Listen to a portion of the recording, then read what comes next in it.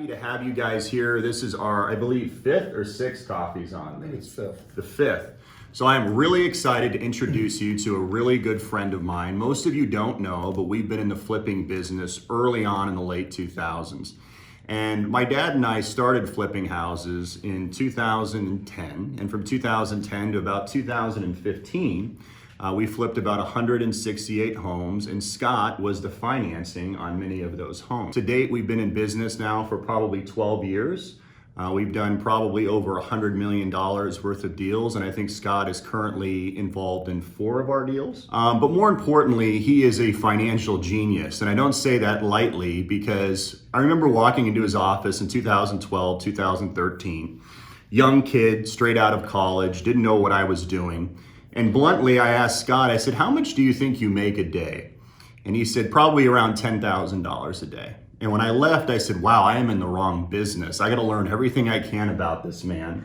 And so I hope you take this knowledge to heart. I hope you really take this and implement it into your life and change the trajectory of who you are and your financial future. So without further ado, love to introduce you to my friend, Scott Gould.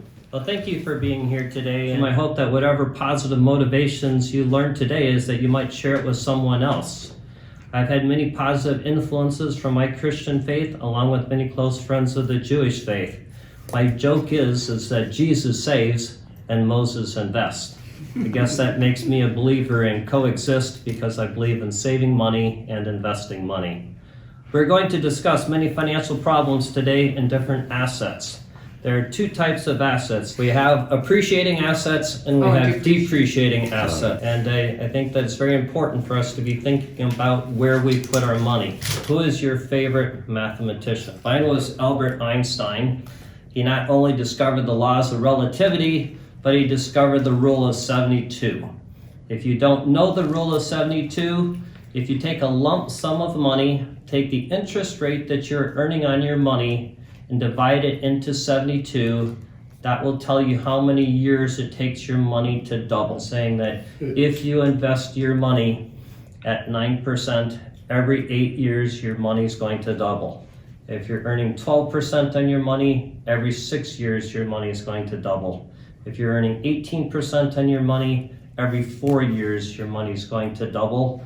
And when it comes down to my goal, and every day as I'm trying to influence people sitting next to me on an airplane, kids of friends, period, is that if I can help people through knowledge and motivation and just real life, if they can get 1, 2, or 3 more doubles in their life, from me or other people, I can only guarantee that you would rather have 8 million than 1 million or 80 million versus 10 million. Because money today, along with a smile, thank you, and being polite is probably our best negotiating tool that we have. You like to ask yourself, why do most people not even come close to these accomplishments? And I find that most of the time it's because they haven't identified realistic goals in life that can be quantified. Will Rogers liked to say, people don't plan to fail, but often they fail to plan. Well, that is probably the hardest financial equation to come up with is what is your number to say how much do you need to be financially independent? You might be thinking that I'm a Dave Ramsey or a Robert Kiyosaki. There are 3 really big differences. First of all, I want you to discover your financial goals in life and start a successful program. Number 2 is I'm not trying to sell you a book or a program for me to make money doing it. And the third big thing is both of those guys filed bankruptcy before they, had their light bulb, turn on to say that maybe I should become, more financially knowledgeable. And I was a person that never ever wanted to put myself into financial disaster. So that's the third difference. How many years do most people work, Jaime? All their life. That's true. 40 years is my favorite number. And so how many months in 40 years? 480 months. I can tell you it goes by very, very fast. I'm 63 years old, and so 40 years ago I was 23, and that's the age that a lot of people are starting their financial life. When it comes down to my favorite little machine is the HP 12C. It's really the foundation of what changed my life in both being confident and helping others in reaching their financial goals. The financial equation. There's 5 parts to every financial equation. I have it up here on the board. N represents number of payments or time. I stands for interest rate to each financial equation. And PV represents present value, which this is a start of every financial equation. And on the very end, we have future value, which is the end to every financial equation. And then you have payment. You're buying a house at the end of 30 years, 15 years. Your goal is to pay it off to 0. You buy a car, 5, 6, 7, 8 years. Your goal is to pay it to 0.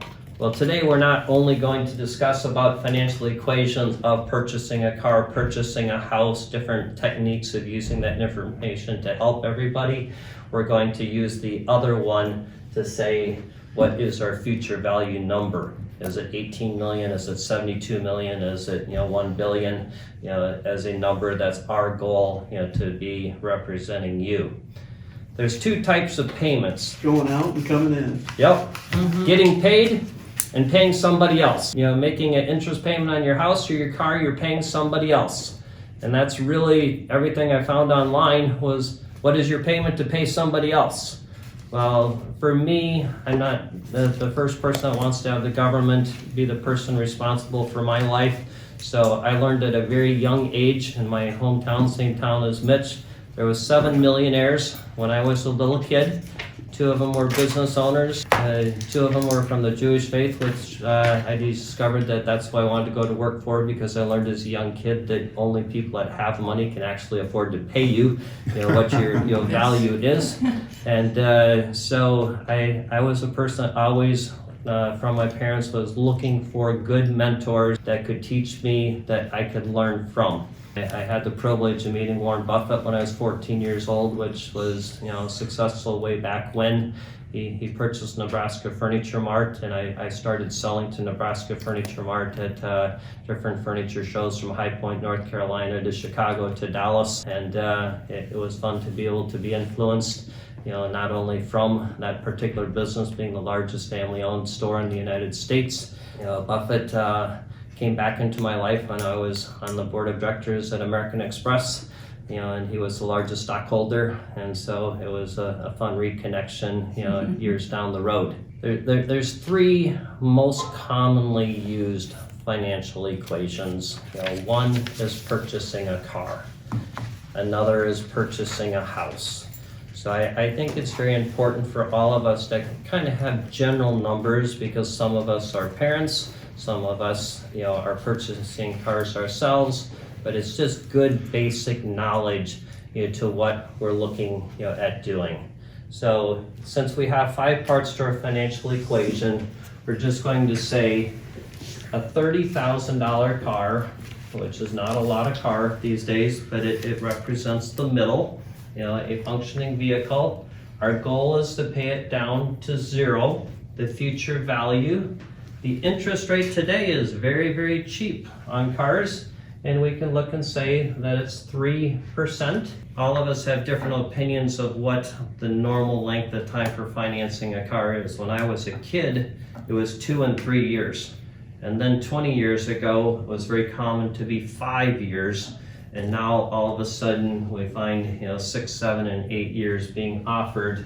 But since I'm still stuck, who wants to own a car more than 5 years? We're going to say 5 times 12 is 60 months. When we get our financial calculator, we turn the on button, we push the seal extra clear, and whenever we input 4 of the 5 functions, I'm going to push in 60 for our N. We have I at 3%, but 3% is annual, so you'll recognize a blue button called G, and underneath the I is blue, and that's 12 divided by making it 0.25 per month. And you can do it in your head, if you're good in math. 12% divided by 12 is really easy, 1% a month.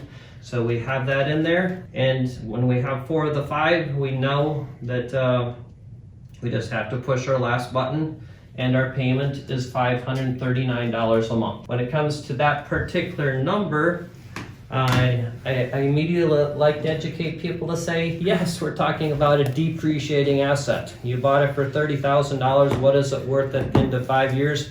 I hope it's paid for. I don't really like to finance depreciating assets, but it is a way of life. So for us in the professional world, it's important for us to know that number. So a lot of times we might go into the car dealership and say, I think I can afford $539 a month as a payment. And you're negotiating with them, and all of a sudden they're playing the game. I can get you that, Mike, on your financing, but we're going to have to do 72 months instead of 60. All of a sudden you're paying for it for 6 years.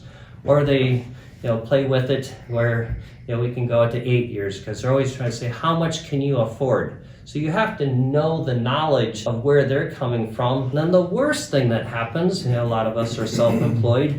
A lot of us, hit the younger side. It's so common when you go to a car dealership and you're talking about these 5 functions right here.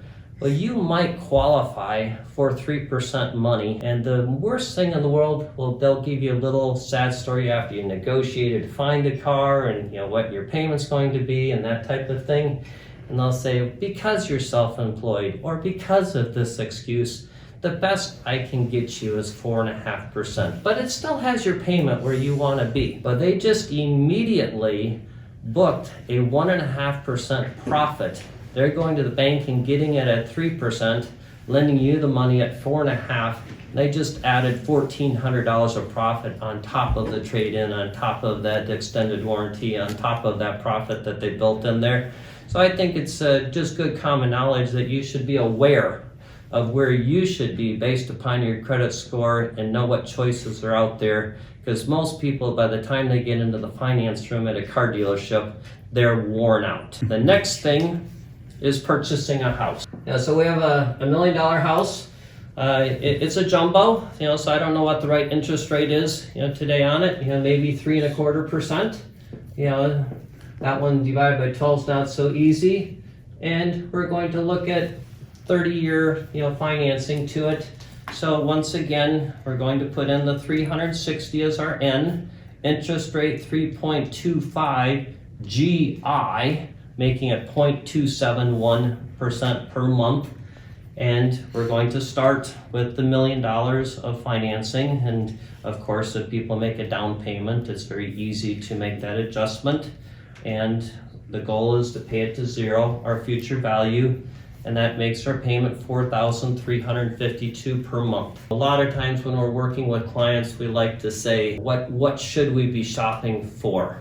And I think that there's one additional thing that I love to jump on to say that we know how expensive rents are in this town. There's a lot of people paying from $2,250 to $3,500 per month, for rent. Going to have young people trying to say, I just don't know what I should be doing. Well, we know that real estate is an appreciating asset. That's where we really want people to be going with their money the long term. I used to always think that if you're not going to own a house for 2 years, you're probably not getting enough appreciation to pay the real estate commissions and that type of thing. And we discussed a little bit about inflation, as a number, and we are in the highest year of inflation in my entire life. And so I think it's important to take that into consideration of how we're evaluating things. But now we get to jump into the fun part of investing in yourself. We are no longer going to be paying other people, we're going to be paying ourselves. So we're not going to end up with zero, we want to end up with a lot of money. We might start with zero, and I find my most valuable teaching is to kids at 22 years old. That's their start of making a difference. And I had the privilege of meeting Michael, coming out of college. I met him long before that, but when I was an actual influence. So once again, we talk about how long do people work. Most people's goal would be not to have to work more than 40 years. 40 years is 480 months. Then it comes down to what interest are we going to earn on that money. So I used to love to start by teaching people when they're young just the example of saving $100 a month. I've been doing this for 35 years, so 100 a month 35 years ago is a lot more than it is today, but it's a round number. So I'm talking to little kids and parents and that influencing young people. I used to say $100 a month is $3.33 a day. How many people at this table think that they waste $3.33 a day? Or how many people can say, even my 7th grade kid can do $3.33 a day of value that they can be, motivated towards saving. In this particular case, we're going to use the example of the power of earning money with our money. So I'm just going to start with 2, 4, 6, 8, 10, 12, on our interest rate that we're paying ourselves for our earnings. So we know that if we're saving $100 a month for 480 months, we've saved $48,000 in our lifetime. That's what we get putting our money underneath our pillow, and it never is invested to grow. When it comes to 2%, that's not a very good return, but it's a return. And that turns out to be $73,000. When it comes to 4%, we end up with $118,000. 6%, we have $199,000, which starts to get people thinking, oh, I'm getting a return on my money. It's worth. At 8%, we jump up to $348,000. At 10%, we jump up to $632,000, which is starting to sound like a real number, to people, even though it's getting lesser and lesser every single day. But for me, I have never invested my money at less than 12% in my adult life. Most of the time, I'm between 12 and 24% return on my investment. So 12% is actually my favorite number, 1% a month. And at 12%, just setting aside $48,000, investing it at $100 a month, you have $1,176,000. I can tell you, as a little kid, knowing 7 millionaires in my hometown, we looked at them as the successful. Now all of a sudden it's like billion versus million.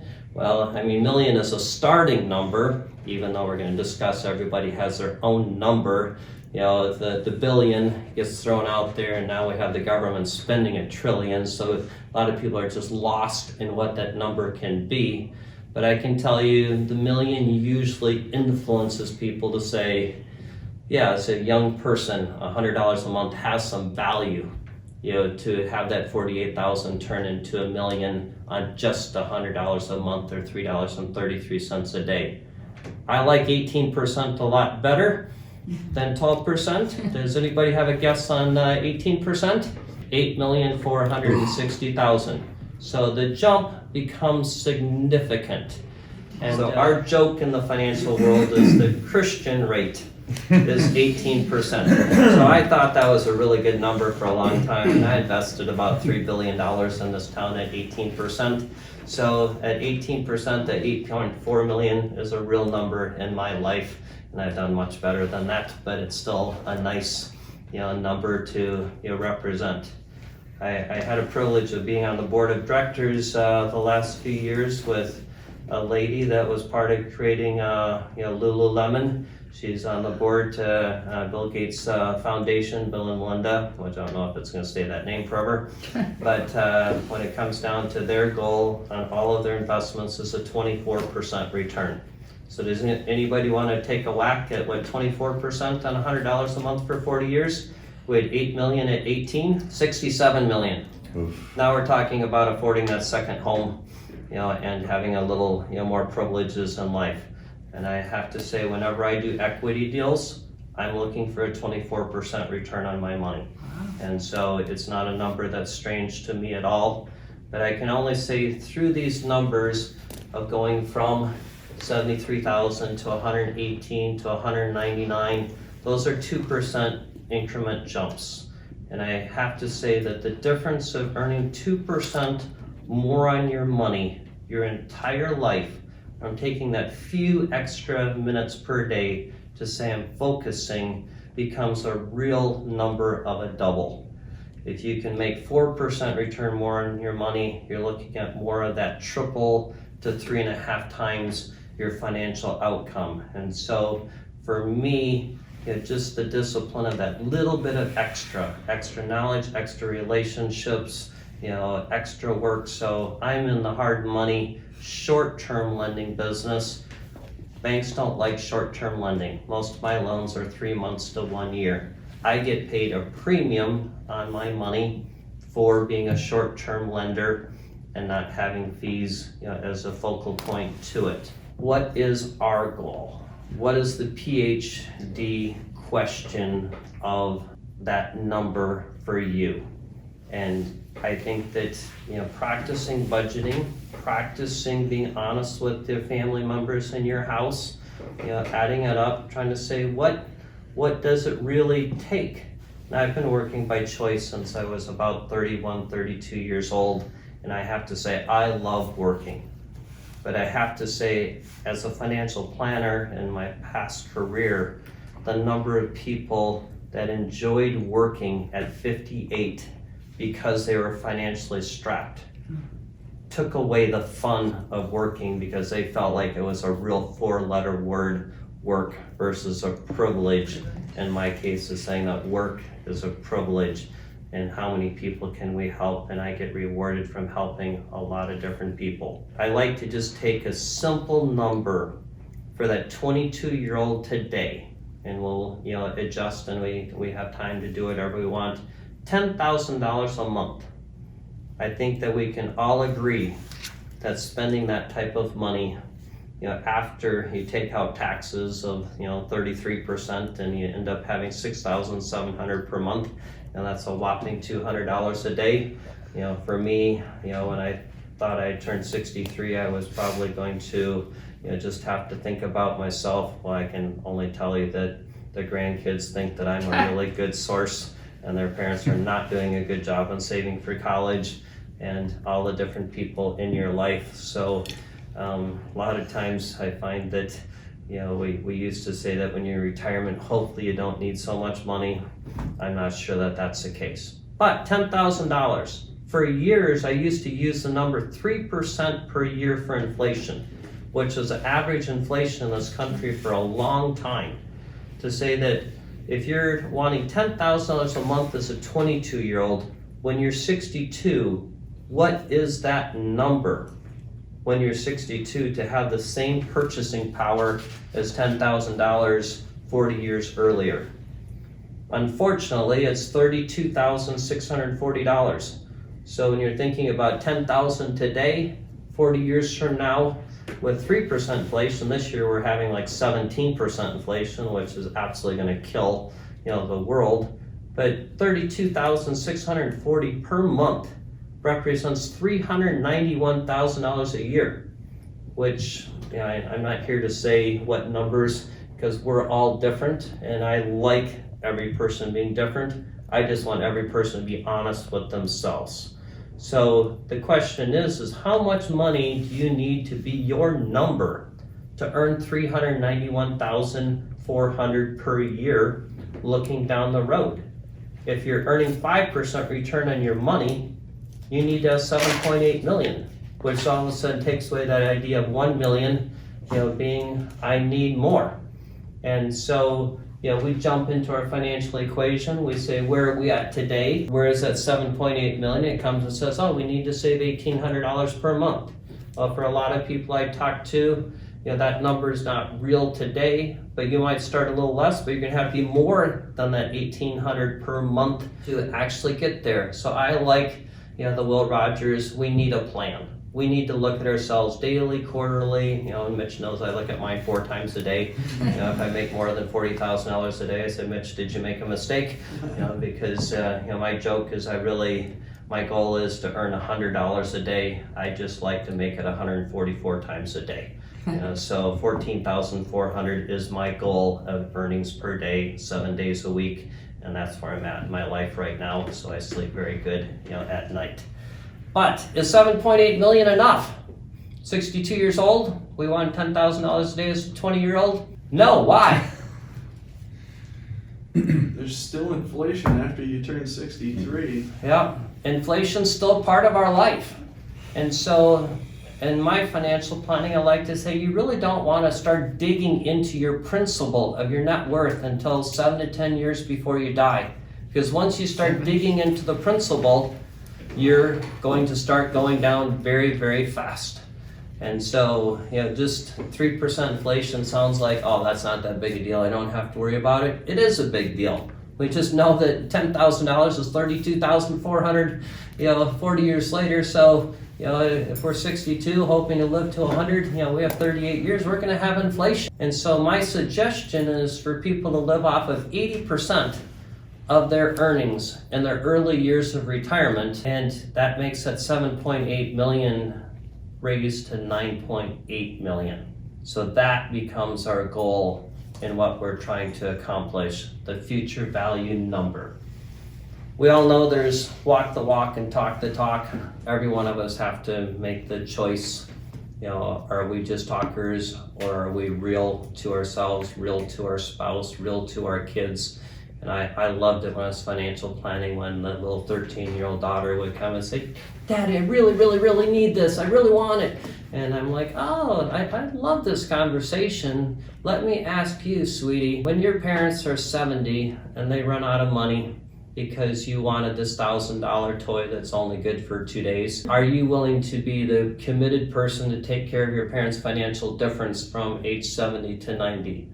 Or do you want them to be a financially responsible person and honest with you today that there's a balancing act? That's a good one. We all have 1,440 minutes in a day. How do we spend each one of those days?